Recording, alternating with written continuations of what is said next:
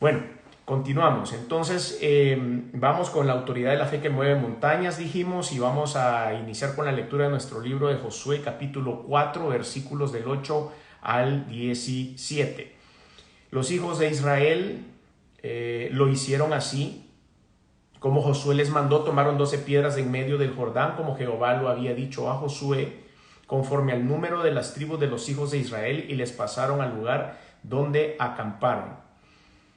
Y las levantaron allí. Josué también levantó 12 piedras en medio del Jordán, en el lugar donde estuvieron los pies de los sacerdotes que llevaban el arca del pacto, y han estado allí hasta hoy. Y los sacerdotes que llevaban el arca se pararon en medio del Jordán hasta que se hizo todo lo que había mandado a José que dijese al pueblo, conforme a todas las cosas que Moisés había mandado a Josué, y el pueblo se dio prisa y pasó. Y cuando todo el pueblo acabó de pasar, también pasó el arca de Jehová y los sacerdotes en presencia del pueblo. También los hijos de Rubén y los hijos de Gad y la media tribu de Manasés pasaron armados delante de los hijos de Israel, según Moisés les había dicho. Como 40,000 hombres armados, listos para la guerra, pasaron hacia la llanura de Jericó delante de Jehová. En aquel día Jehová engrandeció a Josué a los ojos de todo Israel, y le temieron como habían temido a Moisés todos los días de su vida. Luego Jehová habló a Josué diciendo: manda a los sacerdotes que llevan el arca del testimonio que suban al Jordán. Y Josué mandó a los sacerdotes diciendo: subid al Jordán. Bueno, vamos a analizar qué es lo que sucede, y hay ciertas cosas aquí con mucho significado para Dios, y es necesario que pongamos atención a estos pequeños detalles para lograr entender el contexto de lo que sucede.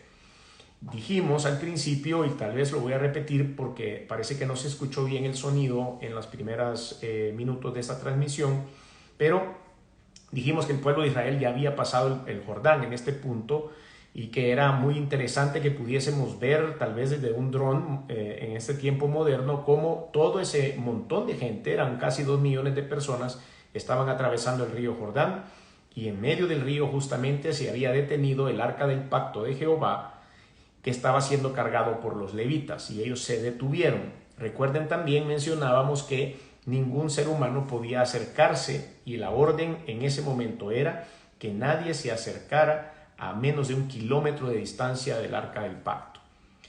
El arca del pacto, es necesario que nosotros lo entendamos, era la presencia misma de Dios que se movía o se desplazaba junto al pueblo de Israel. Esa presencia de Dios que después, recuerdan ustedes que el arca del pacto en el tiempo de los tabernáculos y después en el tiempo de los templos construidos ya como templos finales, como edificios, estaba en la parte más profunda del lugar que se llamaba el lugar santísimo. El lugar santísimo era ese espacio dentro del templo en donde solo el sumo sacerdote una vez al año podía entrar. Lo dividía del lugar santo un gran manto, y ese manto, lo importante que era ese manto, era, o una cortina más bien, si lo quieren ver así, era que no podía pasar ningún ser humano del otro lado de la cortina, excepto el sumo sacerdote. Y el sumo sacerdote tenía que estar bien purificado, y tenía que estar sobre todo limpio de pecado, para poder entrar a la presencia de Dios y no caer muerto en ese momento. Cuando el Señor Jesucristo viene al mundo, se rompe el velo, y la palabra de Dios en el Nuevo Testamento dice que podemos ahora, ustedes y yo, entrar confiadamente al trono de la gracia y encontrar en él oportuno socorro. Cuando se rompe el velo, abre a todo el mundo la oportunidad de poder ir a la presencia de Dios, y es lo que ustedes y yo hacemos en oración. El arca del pacto que estaba en ese momento ahí, esa arca ha desaparecido. Nadie sabe a dónde está, porque a Dios ya no le interesaba que esa arca anduviera como un amuleto para el pueblo de Israel, porque ya tenían a Jesucristo, y después de Jesucristo dejó al Espíritu Santo para guiar a todo el pueblo. Por lo tanto, se desaparece el arca del pacto. En el tiempo de Josué, el arca iba delante del pueblo, era la presencia de Dios. y se posó en medio del río Jordán a cubrir a todo el mundo hasta que pasaran el río Jordán, hasta que lo cruzaran a la tierra prometida.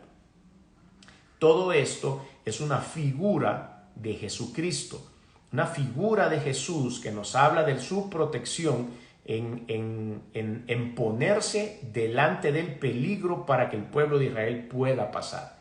Y es lo que Jesucristo hizo por ustedes y por nosotros. Entonces, dice la Biblia, y los hijos de Israel lo hicieron así como Josué les mandó. ¿Qué les mandó Josué?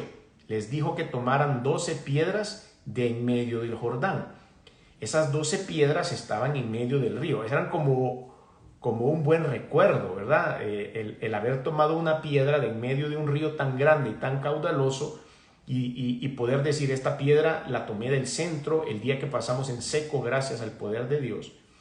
Y dice que tomaron 12 y estas 12 representaban a cada una de las tribus de Israel, conforme el número de las tribus de los hijos de Israel, y las pasaron al lugar donde acamparon, es decir, se las llevaron a la orilla del río en la parte oeste.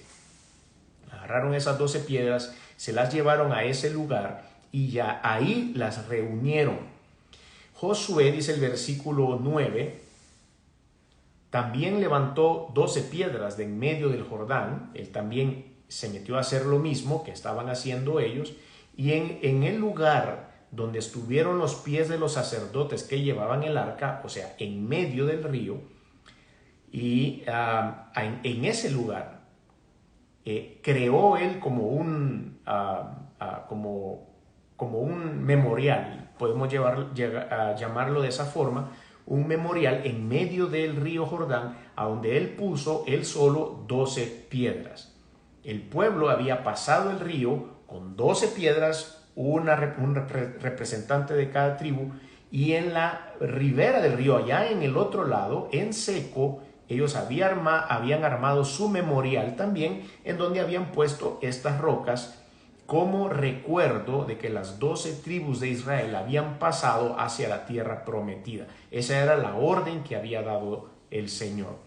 Algunas personas, algunos teólogos, hacen una ilustración o hacen una comparación a estas piedras en la muerte y resurrección de Jesucristo, en esta figura de lo que estaba pasando con el pueblo de Israel, en cómo Jesucristo, porque finalmente el río Jordán otra vez sigue su curso, esas 12 piedras en medio del río quedan ahí hasta el día de hoy, como dice la Escritura, pero el Señor detuvo la tempestad y el juicio del agua sobre el pueblo de Israel, como lo hizo Jesucristo en la cruz, y el pueblo pasa siendo justificado, siendo protegido, siendo defendido por Jesús hacia la tierra prometida, que es el perdón de pecados, la vida eterna, la redención, la justificación, la santificación, la regeneración. Y eso es lo que estaban celebrando ellos en ese momento, dejando ese memorial con las 12 piedras. Por eso es que algunos teólogos hacen la referencia a la experiencia de Cristo por el pueblo y por el mundo a través de cruzar el río Jordán. Dios había tenido como algo muy especial en este evento, y es por eso que aquí lo dice una vez más. Versículo 9, Josué también levantó 12 piedras en medio del Jordán, en el lugar donde estuvieron los pies de los sacerdotes que llevaban el arca del pacto, y han estado allí hasta hoy. Y los sacerdotes que llevaban el arca se pararon en medio del Jordán hasta que se hizo todo lo que Jehová había mandado a Josué que dijese al pueblo. Todo esto había sido una orden de Dios, no fue un invento de Josué por querer hacer un lugar de adoración o por querer construir un amuleto para el pueblo. Dios le había dicho que tenía que construir ese memorial para que la gente se acordara. Otro detalle importante, los sacerdotes estaban sosteniendo el arca en medio del Jordán mientras todo esto que estamos describiendo en este momento sucedía.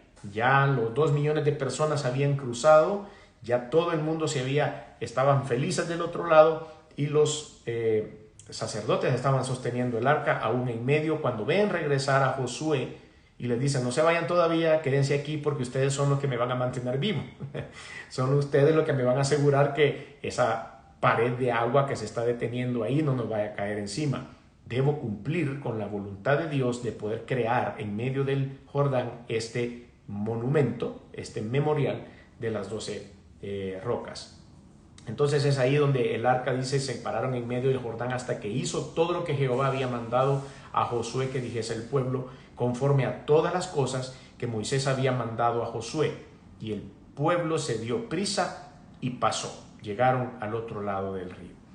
Versículo 11 dice, cuando todo el pueblo acabó de pasar, también pasó el arca de Jehová y los sacerdotes en presencia del pueblo. Pasaron todos y por último pasa el arca. Y aquí hay algo bien importante, porque lo tocamos en uno de nuestros estudios anteriores. Versículo 12. También los hijos de Rubén y los hijos de Gad y la media tribu de Manasés pasaron armados delante de los hijos de Israel, según Moisés les había dicho. ¿Recuerdan ustedes cuando estuvimos en el estudio donde Moisés fallece, entra en juego Josué y empezamos a hablar acerca de los capítulos 1 y 2? Cuando a Josué le iba a tocar repartir la tierra, yo mencioné y dije, debe ser difícil. El trabajo más difícil fue repartir la tierra, porque ninguno de los 12 hijos de Israel de las tribus de Israel iban a estar contentos con lo que se le da, porque ningún ser humano está contento con lo que se le da. A uno le dicen, esta es tu tierra, esta no me gusta porque no tiene vista. Esta es tu tierra, esta no me gusta porque estoy al este del río Jordán y yo quería estar al oeste. Esta es tu tierra, esta no me gusta porque es más chiquita que la de aquel. Esta no me gusta porque esta tiene salida al mar y esta no tiene salida al mar. Imagínense ustedes lo complicado que era repartir la tierra. Entonces, en este momento, Josué le dice a estas 3 tribus, a Rubén, a Gad y a la media tribu de Manasés, ustedes tienen que ir con nosotros, porque esas 3 tribus, esa parte de esas 3 tribus estaban al lado este del Jordán. Y estas 3 tribus no tenían por qué cruzar el Jordán, porque ellos ya estaban en su tierra prometida, ellos ya eran poseedores de esa porción de la tierra. Pero Josué les dijo, aquí pasamos todos. Es cierto que la tierra de ustedes está de este lado del Jordán, pero somos un pueblo unido, que guiados por Dios tenemos que llevar al resto de tribus a la tierra prometida. Por lo tanto, aunque ustedes ya estén aquí, van a tener que cruzar y nos acompañan a guerrear todo lo que tenemos que hacer y a surcar el camino hasta llegar a la tierra prometida. Aquí se cumple y vemos cómo se cumple la promesa de estas tribus, porque en ese momento los líderes de estas 3 tribus le dijeron a Josué, está bien, iremos contigo y cumpliremos con nuestro pueblo. Versículo 12 dice, también los hijos de Rubén y los hijos de Gad y la media tribu de Manasés, porque Manasés está dividida, la zona geográfica de la tribu de Manasés está dividida por la mitad por el río Jordán. Unos están al este y otros al oeste. Entonces los del este ya habían llegado a su casa, sin embargo ellos también pasan. Por eso dice que la media tribu de Manasés pasaron armados delante de los hijos de Israel, según Moisés les había dicho. Y vean ustedes, aquí dan números. El Señor tiene el cuidado de decirnos cuántas personas eran y dice como 40,000 hombres armados. Ese era el ejército de Israel en ese tiempo, listos para la guerra. Pasaron hacia la llanura de Jericó delante de Jehová. La llanura de Jericó. Ustedes ya saben qué es lo que sigue a continuación, ¿verdad? Y es que cuando explicamos geográficamente que ellos estaban en el monte, desde el monte habían visto todo esto, habían bajado a la ribera del río, cruzaban el río y después tenían que subir para iniciar la conquista de la tierra prometida. La primera ciudad con la que se iban a topar en ese camino iba a ser Jericó. Jericó. Y entonces ellos estaban ya, dice ahí, en la llanura de Jericó delante de Jehová. Versículo 14. En aquel día Jehová engrandeció a Josué a los ojos de todo Israel. Y le temieron como habían temido a Moisés todos los días de su vida. ¿Cómo no? Dijimos también en el pasado que una de las cosas más evidentes de la presencia de Dios en Moisés fue cuando abrió el Mar Rojo para que cruzara todo el pueblo. ¿Recuerdan eso? Y mencionamos que en esta ocasión se iba a abrir el río Jordán. y a cargo de Josué. Y de esta manera Dios le dio autoridad a Moisés en el Mar Rojo y ahora le da la misma autoridad a Josué cruzando el Jordán. Cuando uno está en la presencia de Dios, cuando Dios está delegándonos una autoridad, Él va a poner a la persona en eminencia. Él va a poner a la persona bajo el liderazgo y la gente reconocerá la presencia de Dios en esa persona. Pero para que la gente reconozca la presencia de Dios en una persona, esa gente debe estar conectada con Dios.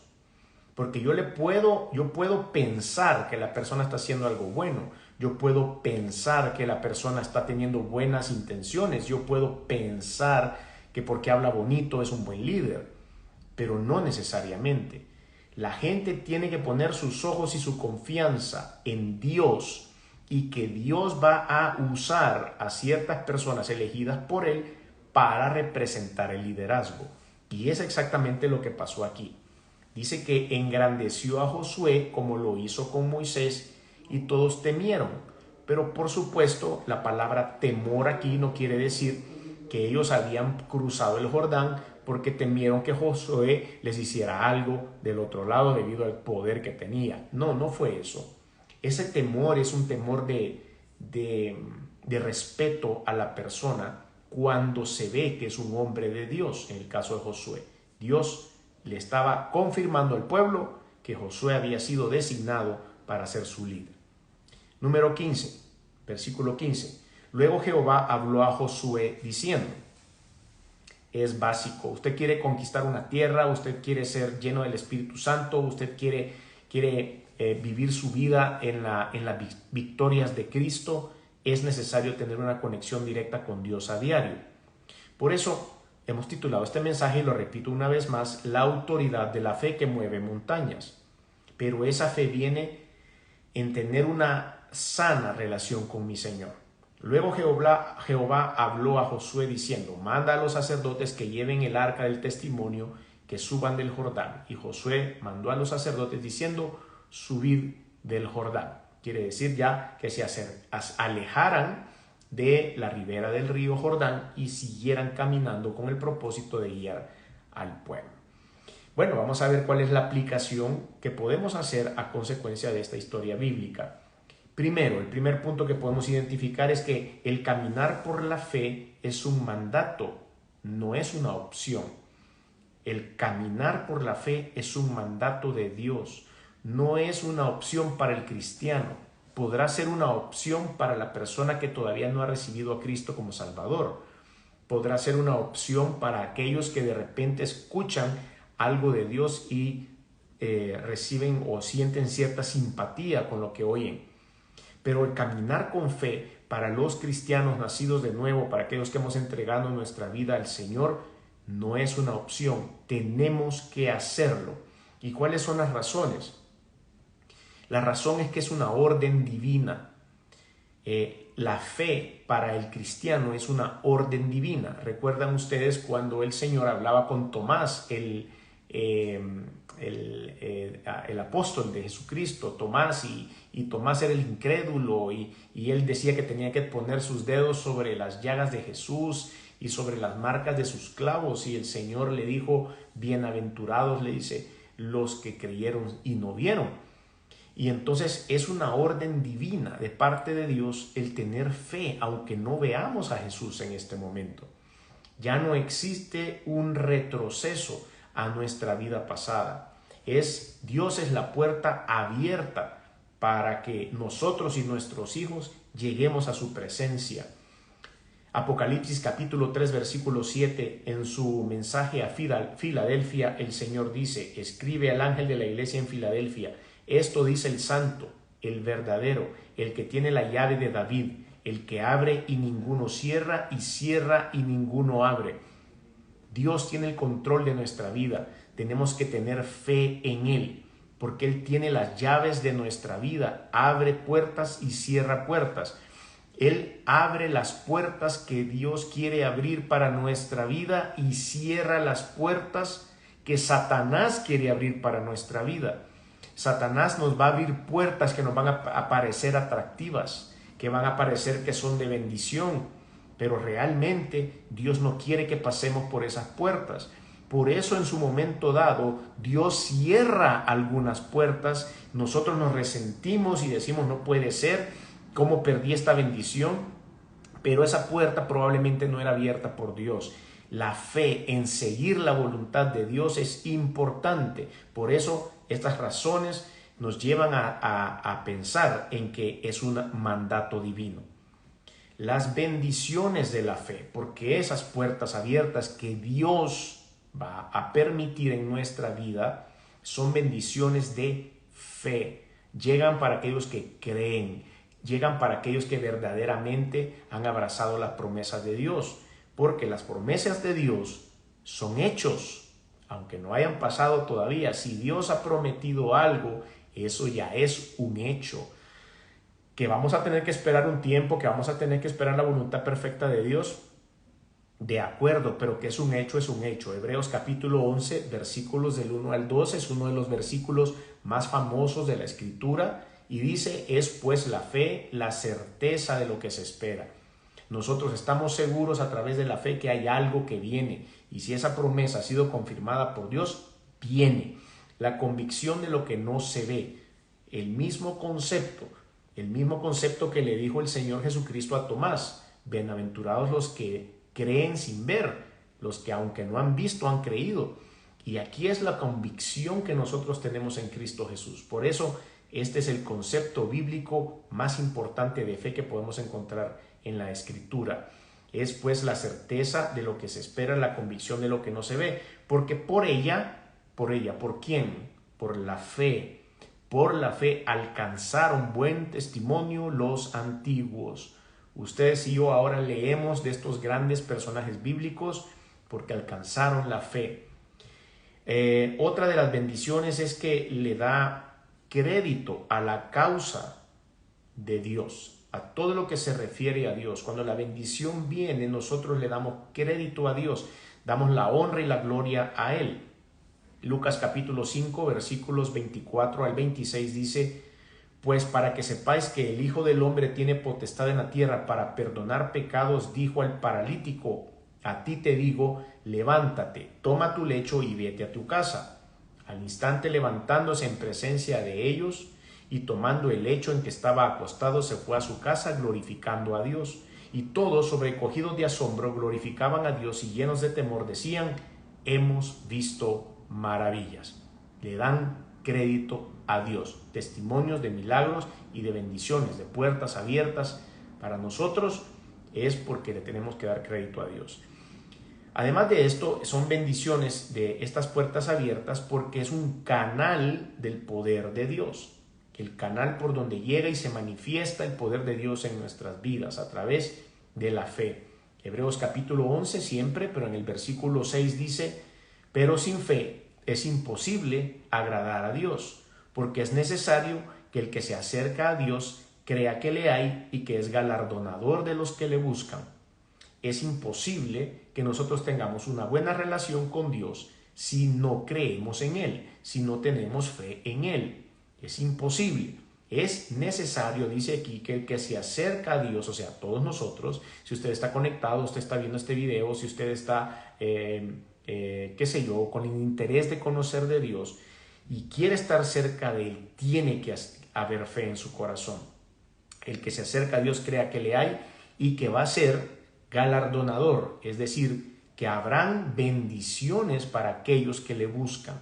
Habrán bendiciones, pero también habrán retos, ¿no es cierto? Y todos creo que estamos alineados con ese pensamiento. La vida del cristiano no es solo vida como de una piñata, que nos van a regalar comida, que nos van a regalar algo de tomar, que nos van a regalar juguetitos, que va a haber una piñata que vamos a romper y van a salir dulces. La vida cristiana no es siempre una piñata. La vida cristiana también tiene desafíos, pero Dios es galardonador. Quiere decir que aún en medio de los desafíos vamos a ver la mano poderosa de Dios y eso tiene un propósito.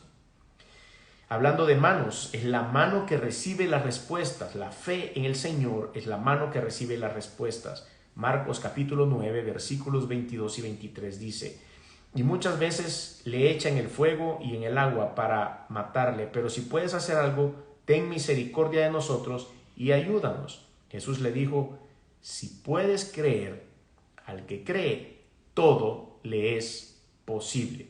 Palabras de Jesucristo. La mano que recibe las respuestas de Dios. Si yo me acerco a Dios, puedo ser el receptor de un mensaje como este. Si puedes creer, al que cree, todo le es posible. Es la terminación de una historia del presente, de oprobio, de mediocridad. La fe termina con nuestra historia pasada y nos da la oportunidad de proyectarnos al futuro en una nueva vida a través de la fe en Jesucristo. Si nosotros vemos un poco más adelante brevemente en el libro de Josué, vamos a hacerlo en su momento, pero ahora vemos Josué 5:9, solo para alimentar un poco el tema. Y dice la Biblia, Josué 5:9, y Jehová dijo a Josué, hoy he quitado de vosotros el oprobio de Egipto, por lo cual el nombre de aquel lugar fue llamado Gilgal hasta hoy. Y nos damos cuenta cómo el Señor aparta el oprobio, es decir, la esclavitud, el hecho de ser manipulados, presionados por Egipto a través de la fe. Es el camino que vamos a seguir. La fe es el camino de los conquistadores. Ustedes y yo, así como el pueblo de Israel, estaban preparándose en este momento de la historia, en nuestro texto base, armándose en esa zona previa a entrar a Jericó y se estaban organizando. Asimismo, Dios nos va a permitir a través de sus promesas poder tener la autoridad de la fe en las cosas que hacemos. Hebreos capítulo 11, versículo 33 dice, porque por la fe conquistaron reinos, hicieron justicia, alcanzaron promesas y taparon bocas de leones. Vemos cómo la fe en el Señor Jesucristo nos da fortaleza y autoridad. Es el camino para los conquistadores.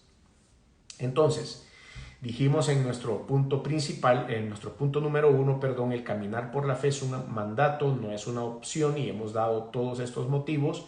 Pues entonces la verdad de Dios es el fundamento de esa fe que ahora ustedes y yo estamos recibiendo.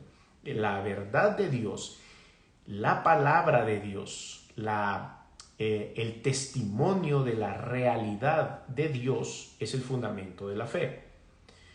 Ellos tenían que pasar el Jordán. Si el Señor hubiera revelado los planes que tenía de partir por la mitad las aguas y poner el arca y haber explicado todo este fenómeno maravilloso y sobrenatural que sucedió, tal vez muchos del pueblo de Israel no hubieran creído y hubieran decidido no arriesgarse. Recuerden, casi todos los del pueblo de Israel en ese momento no habían vivido, o por lo menos no estaban siendo adultos en el momento en que se cruzaron las aguas del Mar Rojo. Porque a este punto el pueblo de Israel ya tenía 40 años de estar dando vueltas por el desierto. Y cada vez que el pueblo, yo lo veo así, por supuesto no eran vueltas circulares, no es cierto que daba el pueblo en el desierto, eran vueltas sin forma, o iban para allá o iban para acá, pero yo creo que a veces el pueblo de Israel caía en desgracia cuando caía en idolatría, cuando caía en perseguir los dioses ajenos o en el sincretismo religioso con otras de las naciones con las que se encontraban en el camino. Y Dios decía, otra vez caíste, otra vez te estás quejando, otra vuelta más, hasta que dieron 40 años de vueltas por el desierto. Por lo tanto, casi una generación murió en esos 40 años. Muchos de estos que murieron eran los que habían visto el paso, el cruce del Mar Rojo.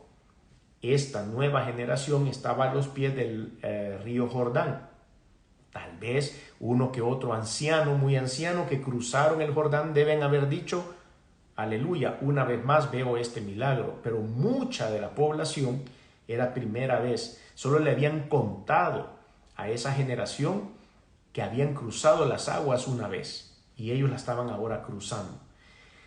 ¿Qué es lo que hace eso? Alimenta la fe del pueblo. Ya no solo es aquella promesa o aquel cuento que le habían dado acerca de un cruce de un mar. Ellos lo estaban viviendo. Y eso es lo que ustedes y yo hacemos con nuestros hijos.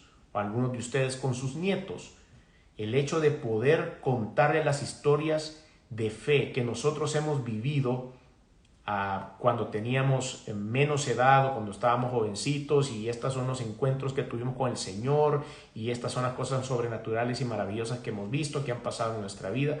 Para ellos serán como una historia, así como a esta generación del pueblo de Israel. Pero ellos mismos, a través de la fe que nosotros estamos entregándoles, tendrán su propio Jordán. Nuestra siguiente generación validará el hecho de nuestro testimonio de fe, y ellos mismos, cuando les toque, pasarán su Jordán. Probablemente usted y yo pasamos nuestro Mar Rojo. Nuestra siguiente generación pasará su Jordán.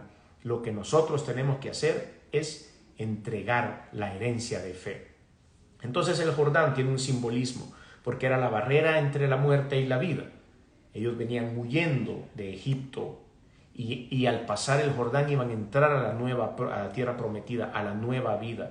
Era una barrera entre la vida carnal y la vida espiritual, y es por eso que pasan, dejan la carne atrás y hacen un monumento, un memorial, recordando el poder de Dios.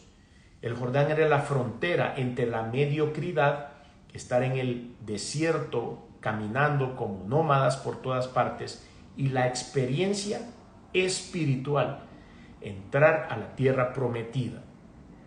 Dios se los había prometido y estaban en esa excelencia espiritual en ese momento.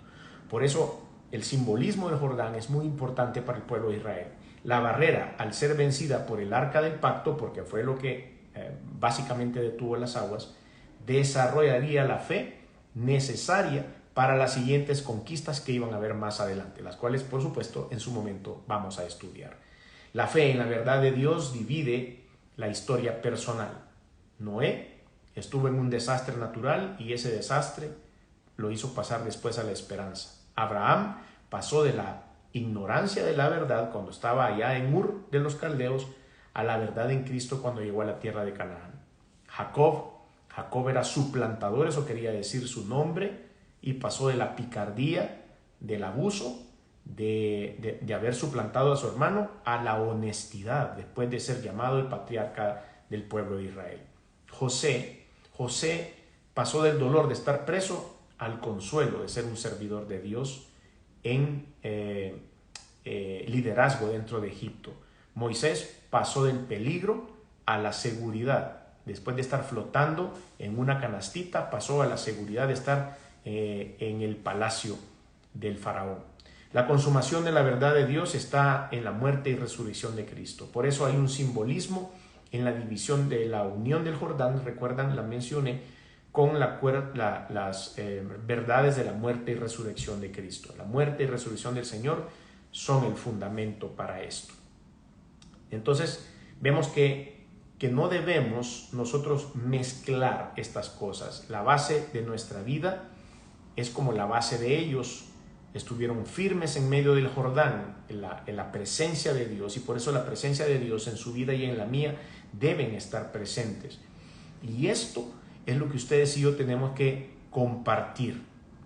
Cuando nosotros hablamos acerca de Cristo, cuando nosotros le compartimos a otras personas acerca del milagro, del poder de Dios en nuestra vida y cómo nos hace pasar de las tinieblas a la luz, de cómo nos hace vencer las tinieblas, de cómo nos hace vencer los desafíos, como vencieron ellos el cruce de este río, nos damos cuenta que lo que nosotros hablamos no es una filosofía, no es un libro de aventuras, sino que es palabra de Dios. Primera de Corintios capítulo 2, versículos del 1 al 5, el apóstol Pablo, inspirado por el Espíritu Santo, dice: así que, hermanos, cuando fui a vosotros para anunciaros el testimonio de Dios, no fui con excelencia de palabras o de sabiduría, pues me propuse no saber entre vosotros cosa alguna sino a Jesucristo y a este crucificado. Y estuve entre vosotros con debilidad y con mucho temor y temblor, y ni mi palabra ni mi predicación fue con palabras persuasivas de humana sabiduría, sino con la demostración del Espíritu y de poder, para que vuestra fe no esté fundamentada o fundada en la sabiduría de los hombres, sino en el poder de Dios. Eso es lo que usted y yo necesitamos.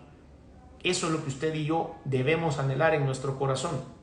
El Señor es la roca inconmovible. El Señor debe ser el fundamento de su vida, el Señor debe ser el fundamento de sus sueños, el fundamento de su familia, de su herencia familiar a través de sus hijos y nietos. 1 Corintios 3:10 dice: conforme a la gracia de Dios que me ha sido dada, yo como perito arquitecto puse el fundamento y otro edifica encima, pero cada uno mire cómo sobreedifica. ¿Quién es? ¿Sobre qué vamos a sobreedificar? ¿Sobre qué vamos a poner esto? Sobre la roca inconmovible, que es el Señor Jesucristo. Por eso es el fundamento de la autoridad para todos nosotros. Y cierro con este versículo que es súper importante para todos. A veces subestimamos la guianza del Espíritu Santo, la unción del Espíritu Santo, el acompañamiento de Dios para vencer las situaciones difíciles como cruzar un río. Si usted está luchando, si usted está peleando, si usted está guerreando, si usted está algo que usted siente que le queda grande a veces y se desespera, lea Lucas capítulo 10 versículo 19. He aquí os doy potestad de hollar, eso quiere decir de pisotear serpientes y escorpiones y sobre toda fuerza del enemigo, y nada os dañará. Eso fue lo que sintió el pueblo de Israel cuando cruzó el río Jordán. Ni las fuerzas de las aguas nos podrán hacer daño cuando el Espíritu del Señor va con nosotros. Cuando el arca del pacto, la presencia de Dios, sostenía las aguas, el pueblo de Israel pasó con toda autoridad. ¿Por qué? Porque el Señor nuestro Dios, a través del Espíritu Santo, nos da potestad de poder luchar contra las serpientes y contra las escorpiones y sobre toda fuerza del enemigo, y no nos dañará. Pero no lo podemos hacer con nuestras fuerzas, sino con una sana, fuerte, diaria relación con el Espíritu de Dios, ser lleno del Espíritu Santo como lo estaba haciendo Josué en ese momento, y así entonces estaremos listos para vencer todas las artimañas de Satanás, por dar órdenes para pasar al otro lado por medio de la oración y del servicio, para evangelizar, para vencer la tentación, para vencer el pecado, para aconsejar, para interceder, para arrepentirse y confesar, para una respuesta, para una consolación, para descansar, para echar fuera los demonios, para orar por los enfermos, para cambiar el dolor en gozo, para predicar, para adorar a Dios. Todo esto es necesario a través de la fe que mueve montañas, y es por eso que usted y yo debemos encontrar en la fe la autoridad para mover esas montañas. Es necesario que nosotros nos alineemos a este pensamiento y podamos aprender de esta historia bíblica de Josué lo que Dios quiere que aprendamos en esta oportunidad. Vamos y crucemos el Jordán siguiendo la presencia de Dios y bajo sus órdenes y con su poder, para poder llegar al otro extremo, que es nuestra tierra prometida, que es nuestra paz, nuestra tranquilidad y la autoridad que solo el Señor nos quiere dar. Si usted quiere abrazar todos estos principios bíblicos, le pido que reciba al Señor Jesús como Salvador, que abra su corazón a Cristo y que diga una sencilla oración a la cual yo le puedo acompañar. Y en esa sencilla oración usted de corazón entréguese al Señor y dígale: Señor, yo quiero que seas el Dios de mi vida. Si está listo para hacer esta oración, ahí donde usted está, cierre sus ojos y diga conmigo: Señor Jesús, reconozco que soy pecador, que he hecho cosas que no han sido de tu agrado. Perdóname, me arrepiento. Pero también reconozco que viniste al mundo hecho hombre, que te colgaron en una cruz y la sangre que derramaste ha servido para limpiar mis pecados. Reconozco que resucitaste al tercer día y que estás sentado a la diestra de Dios. Por lo tanto, hoy abro mi corazón y te recibo en él como mi único y suficiente Señor y Salvador. Te doy gracias por esta oportunidad de ser salvo, de que mis pecados son perdonados, de que voy a estar en tu presencia y que a partir de hoy tu Santo Espíritu me guiará en lo mejor para mi vida. En el nombre de Jesús, amén.